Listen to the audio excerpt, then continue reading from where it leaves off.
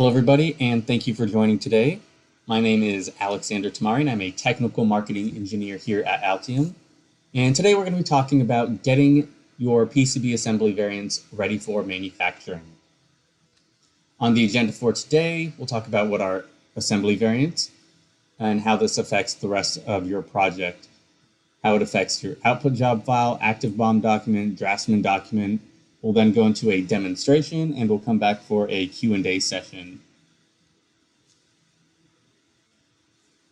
Okay, so what are assembly variants? Just like it says here, you have the same fabricated board, but a different assembly. The reason you have a different assembly is because you have different components, different components on that board. It's assembled different, but it's fabricated the same. We see this very often in electronics. For instance, a computer.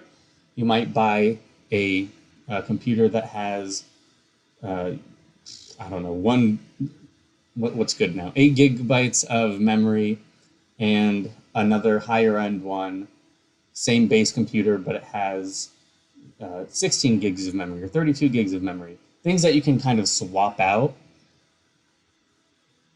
And that is an example of an assembly variant.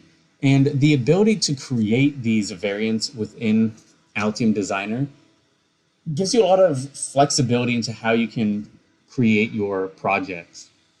You can use components and configure them to be fitted to the board, not fitted to the board, or have a completely different part. And I'll show you both in this webinar.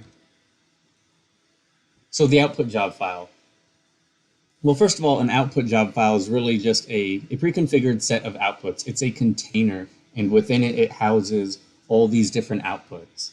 What's nice about an output job file is that you generate all your components at the same time. So you're guaranteed that what you are, the outputs you're creating are all of the same revision. I mean, a lot of times, if you don't use an output job file, or if you're not using Altium Designer, other tools, you have to generate your outputs separately. So you're just introducing a higher risk of error. Many times people will generate, I don't know, for example, I'm just looking here, schematic prints for version 1, and yet a pick and place file for version 2. This just makes sure that you have everything be released and created at the same time. So it's all of the same version, it's all up to date. And in terms of variants, what we can do with the output job file, there's two things. You can choose a single variant for the whole output job file, which I like, or you can choose a different variant for each output.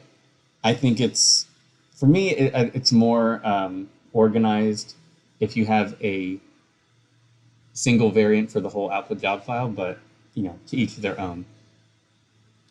Okay, let's move on to active BOM. Just as a recap, active BOM is a bill of material management editor. Excuse me. And it brings in not just your line items, but it also has other things such as supply chain information, life cycle information, and it really gives you a really nice view of the materials on your board, what's purchasable, what's not, and you could also bring in alternative parts, blah, blah, blah. I don't want to, you can go on and have a whole webinar of just on active BOM, but I don't want to do that. But in terms of supporting variants, we can show different fitted and unfitted components, as well as have different BOM for the different variants of your board and different solutions, alternative parts. Draftsman. Okay, so Draftsman, just as a recap as to what Draftsman is, it's a tool within Altium Designer that allows you to easily create fabrication and assembly drawings as well as notes for your project. And it's very simple to configure for variants. There's a pull down, you select the variant, and everything changes. Your title block, the different views in the Draftsman document, And I'll show this and so you can really visually see what happens. So let's go into a demonstration. So here we are in Altium Designer. What we're going to do is create another variant. And I say another variant because we already have a variant in this project. Over here in the projects panel, we can see the variants I have. This is the base, my no variant, and I have a no FPGA RAM variant that I created. And if we double click on that, we'll be able to see the difference. What's going to happen is these SRAM chips are going to disappear, which is U3 and U4. So if we click on it, they have disappeared along with some capacitors as well. Let's put this back. So what we need to do is create another variant. And the variant I'm going to create is going to be one with 3 blue LEDs instead of 2 red and 1 green. And I'm referring to DS1, DS2, and DS3, where we have these 2 red LEDs and 1 green one. What we're going to do is replace it with 3 blue LEDs. So the way we would create a new variant, we'll go over here to my variant manager and add a variant. And if we actually scroll through here, we'll be able to see the non-fitted parts for the capacitors. And also at the very bottom, U3 and U4 for my SRAM chips or components. So let me go ahead and create a new variant. I'll call this variant, let's see, NBP28 blue LEDs.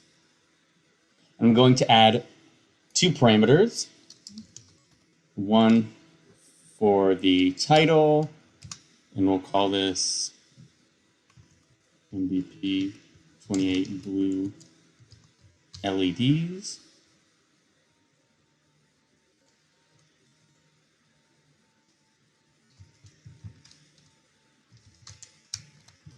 And this is going to be for my assembly. We'll do NBP.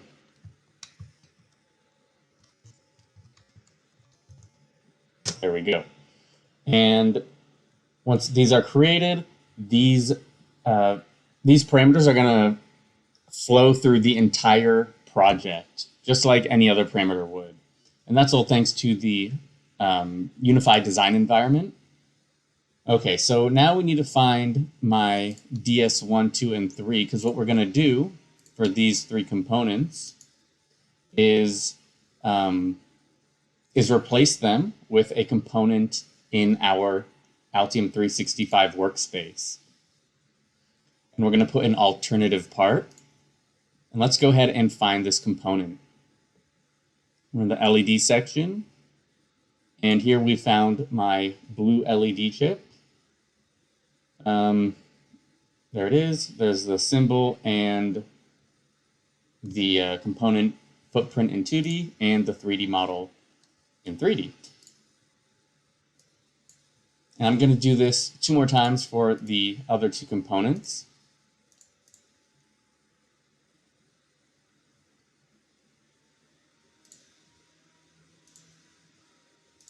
And 1 more. And these components are all being, what's the word? All being, not held, managed or stored. There we go, stored. They're all stored in my Altium 365 workspace. There we go. Okay. And actually, one more thing I just wanted to mention, the side-by-side here. So here we are in the lower part. We can see the side-by-side. Here's my red color, my blue color, and we can go through the different parametric data of the components. So I've created that new variant. We can see it here in the projects panel. Here we have the no FPGA RAM, and if we double-click here, we can see my blue LEDs are now visible and on the board. Let's go ahead and open up the schematic That's not the right one. Here it is. If I zoom in here, we can see my DS1 and DS2. And you may be thinking, well, that's weird. Why aren't they blue like they were, like the schematic symbol showed in the workspace? Well, that's because right here, down at the bottom, we have two tabs. This editor tab is the logical configuration, and this tab right here is the physical, what's going to be actually put on the board. And when we click on that, we can see that my blue LEDs have been replaced. Also, if we go down to the title block, we'll notice that my title parameter has been put here. So automatically flows throughout the whole design. Also, if we open up the BOM document, we can see some changes taking place here. DS1, 2, and 3 are all on one single line item because they have the same component. But if we go to no FPGA RAM, we'll notice that DS1 and 3, the red LED, have one line item, and DS2 has another. If we come in here into the properties panel, we can actually show the fitted and non-fitted, show the not fitted components by clicking this checkbox here. And we can see these are all fitted. Actually, let's organize it here. We can see my non-fitted components. Let's go to the assembly drawing into Draftsman.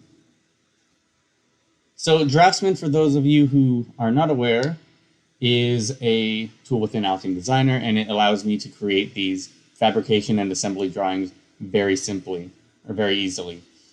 And here we are, and we're in the no FPGA RAM variant. Actually, this isn't right. Let's go ahead and, oh, that's what the problem is.